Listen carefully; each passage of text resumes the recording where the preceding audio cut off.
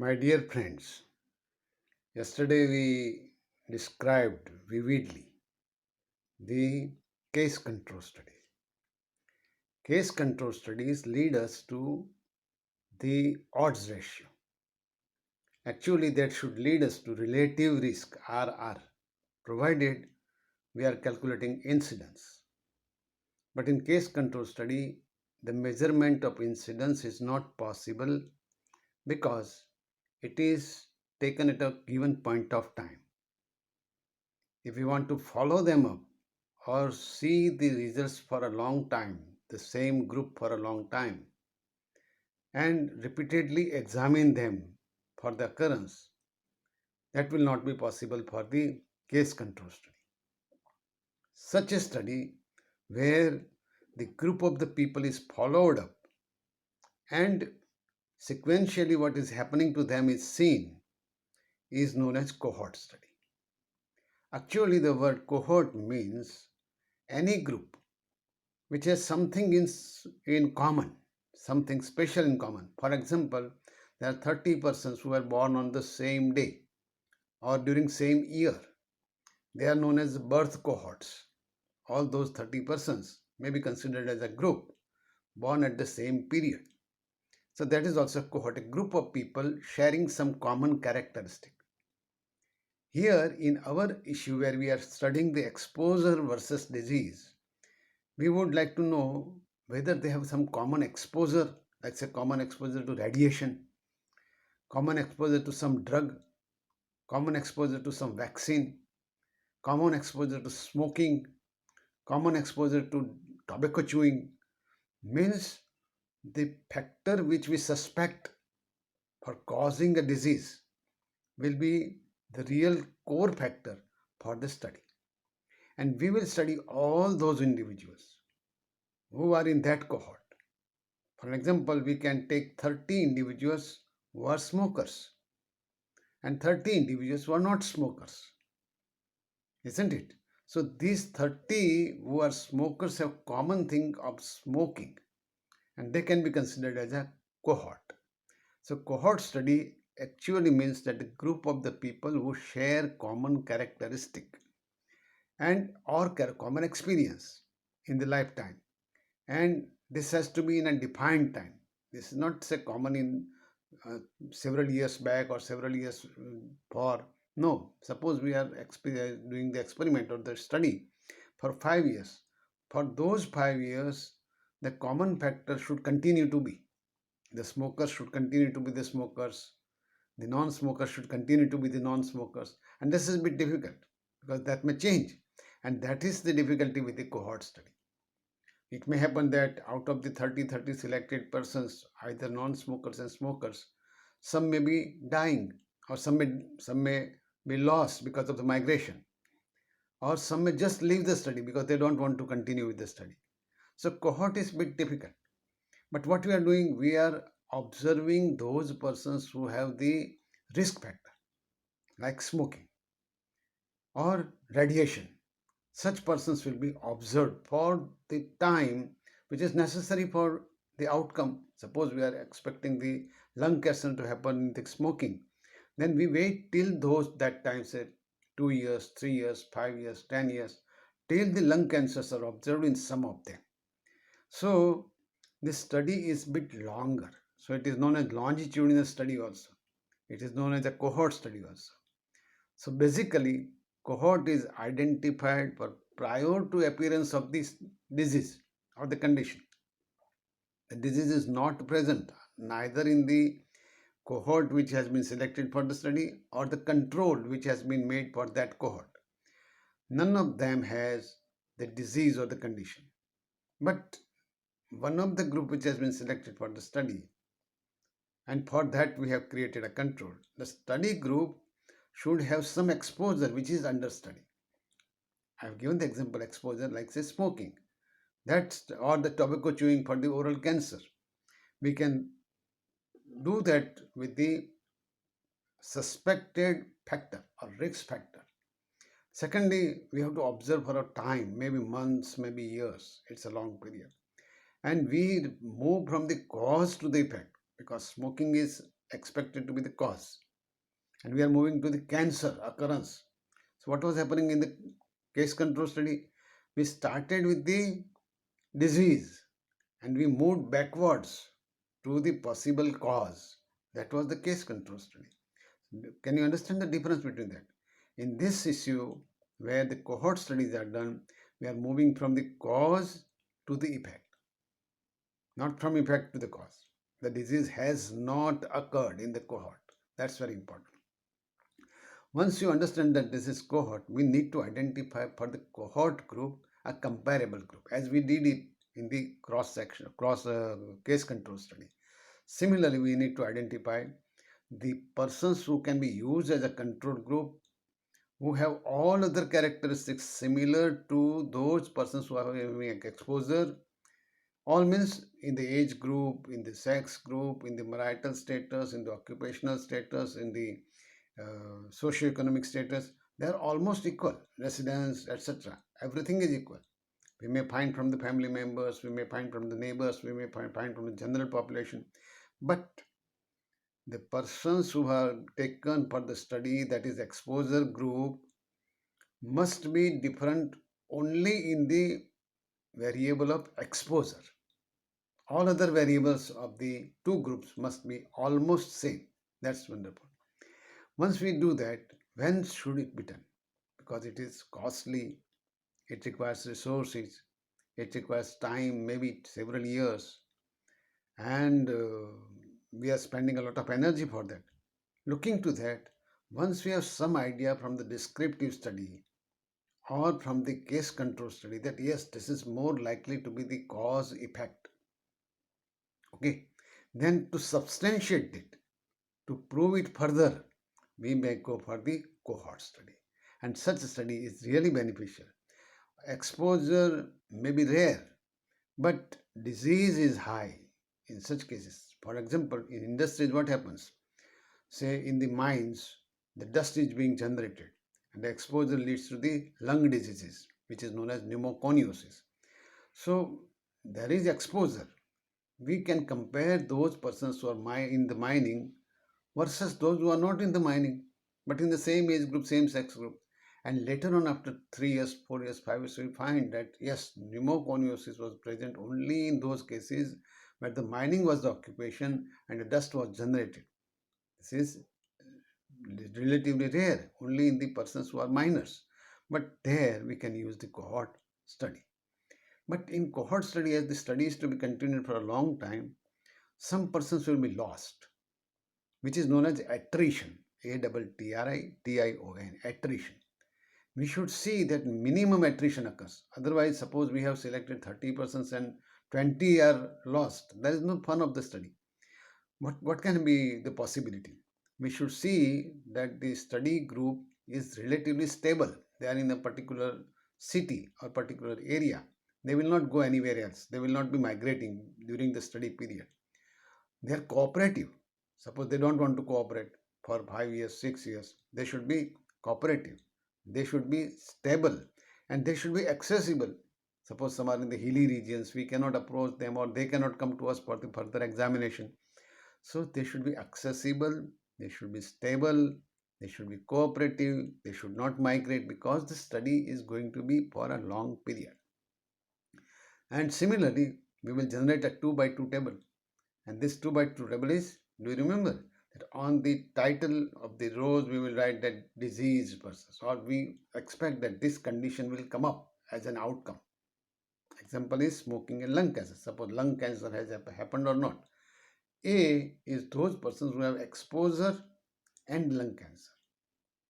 B is those persons who have exposure but do not have the lung cancer or do not have the disease. In the next row, there is no exposure and yet there is a lung cancer. They are not smokers, but still there is lung cancer. This is C. And D, when there is no exposure and no lung cancer, that may be D. A, B, C, D, same pattern which we have used in the case controlled studies. Similarly, we can do here. But here, exposure plus and minus we know, starting from the very beginning, we know that this group had been exposed to particular factor, like say smoking. So exposure or not exposure, that is very clear. A disease or not disease, that will be seen at a given point of time. After 5 years, there may be some persons with disease, some persons without disease in either groups. Now we will compare that in which group the disease had happened much more. What we have done, we have observed for the time, several years. That's why the disease will be new occurrence. And that's why it is known as incidence. This study is also known as incidence study. Prevalence study, case control. Incidence study, cohort. Now, once we have identified that cohort curves, so we need to remember that when we start with the cohort, a group of the people, they must not have that particular disease which we are expecting after some years. Then there is no fun of study. They must not have that disease. Suppose cohort people, they themselves have lung cancer and they are not included, they are excluded. Similar, but there should be exposure. They must be smokers. For the given example, the exposure to the risk factor should be there in the study group or the exposure group. Both groups should be equally susceptible. Suppose we take two groups, smokers and non-smokers. But non-smokers are such that they may not be susceptible to that. Very young people or very old people or very different type of the race. That's not the case. Both groups must be given the condition should be equally susceptible to the so-called disease or so-called exposure. If we expect that both the groups are similar in other ways, suppose they be the other group which is used as control, if they are also exposed to cigarette smoking, they may also have lung cancer, then that's good. But if they are different, then the study cannot be compared. It goes without saying that all other variables like age, sex, etc., etc., have to be matched because we have seen it in the case control study also. Second, once we have decided to study the exposure group and non-exposure group, we must define that we will be observing for X period, say 5 years, 6 years, 10 years, whatever it is. And then the condition for those 5 years must remain same for both the groups. Suppose some persons are having different conditions, they go to the city, stay there, they change the atmosphere, they go to different vocation or occupation, then the study does not give the right type of results. They must be in the similar condition for the study period, whether it is 5 years, 6 years, whatever it is, same condition, identical conditions over a period. And this is going to be a long exercise. And for example, we are looking for the cancer. It may take place after 10 years or 15 years. And that's why we must wait till some cases occur in the exposure group or say non-exposure group. Participant must not be lost, must not be expected to die, and should continue with the study. That's the result.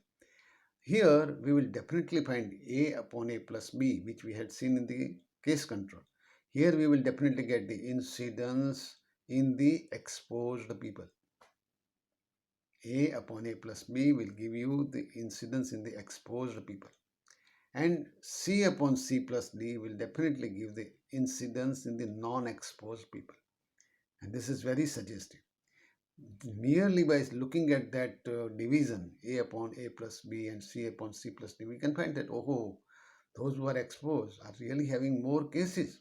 This is more likely to happen because earlier we had some idea that yes, this is likely to happen. With that, we end up with the cohort study basics. There are several types of the cohort studies. One is prospective study.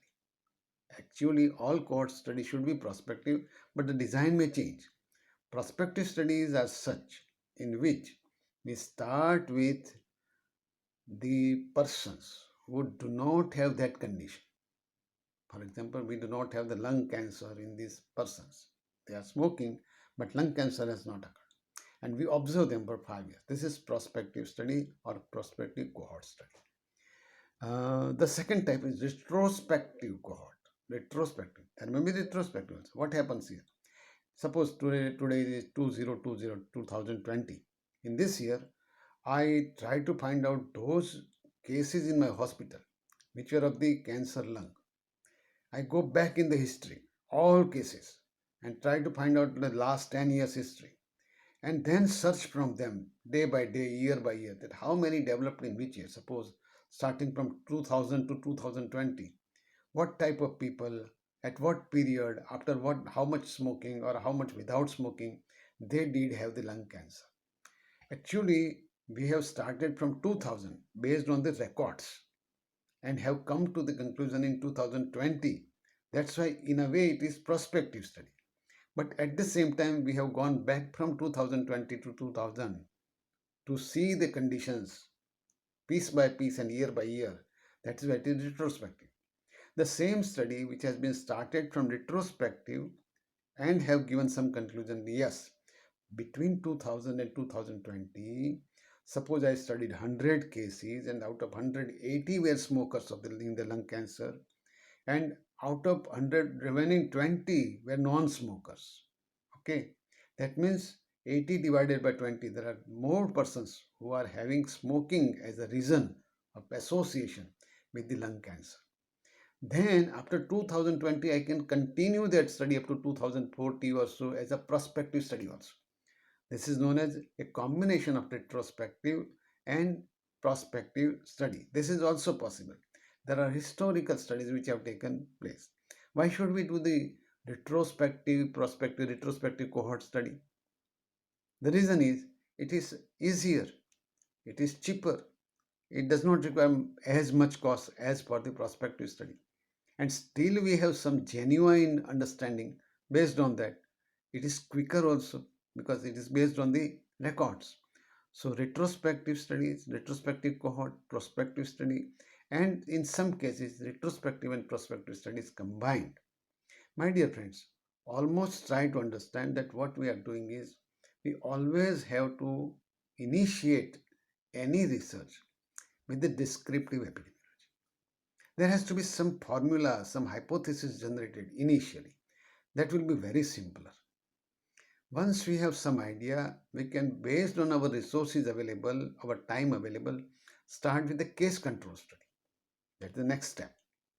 If we have some basic understanding in case control study, yes, this is likely to be the association. What we are finding? We are finding the association. We are not finding the cause. Even in the prospective study, please do not talk about the cause. This is an association that tobacco chewing is intensively associated or significantly associated with the oral cancer, or smoking is significantly associated with lung cancer. This is association. There may be a very strong association. It may not turn out to be the cause. Most of the time it turns out to be. But we would not like to declare it as a cause. Cause is always isolated, identified with some experimental study where people are made to exposed to the smoking and the lungs have been examined day in and day out, and there is something changing in the lung mucosa, in interstitial substances, and that type of scientific study, initially in the animals, later on in the human beings, that is different. We in community, we are going for finding out the association. Stronger the association, more likely the cause may be. Weaker the association, the cause is not likely to be. Next time when we meet again, you please go through in the textbook the 2 by 2 table, which talks about the exposure versus disease, A, B, C, D, and all those calculations which are based on the risk ratio, odds ratio, exposure rate, whatever it is. And then we shall be moving in the next session on the elements of the cohort study, because we have studied the elements of the case control studies. We have talked about the cross-sectional studies. We have talked about the longitudinal studies. Now, cohort study is relatively rare, but it is very important. And most of the scientific studies are giving their results based on the cohort studies.